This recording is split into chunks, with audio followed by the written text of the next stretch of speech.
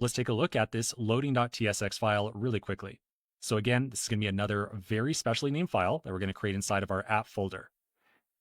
This file is going to export a component, and it's going to be displayed whenever our server component is attempting to fetch some data. This loading file is very handy whenever we are trying to fetch some data, and it might take a long time to fetch some data because it's going to give a user something to look at as we are running that actual query. So let's go through a very quick example of implementing that loading file. Again, back inside my editor, inside of that ID directory, I'll make a new file with a name of loading.tsx. Inside that new file, I'll then export default function called snippet. We'll do snippet show loading page. This could also just be maybe snippet loading page. Either one, totally fine. Again, the names don't make a big difference. Just put in something you are happy with. Then inside of here, I'll return a div that says very simply loading, like so.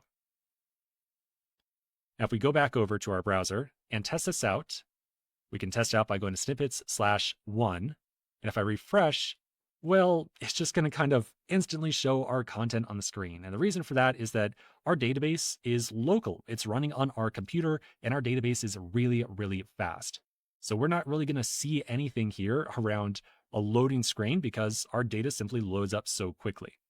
So to make sure that this loading.tsx file is working as expected, let's just very briefly put in an artificial delay for our data fetching.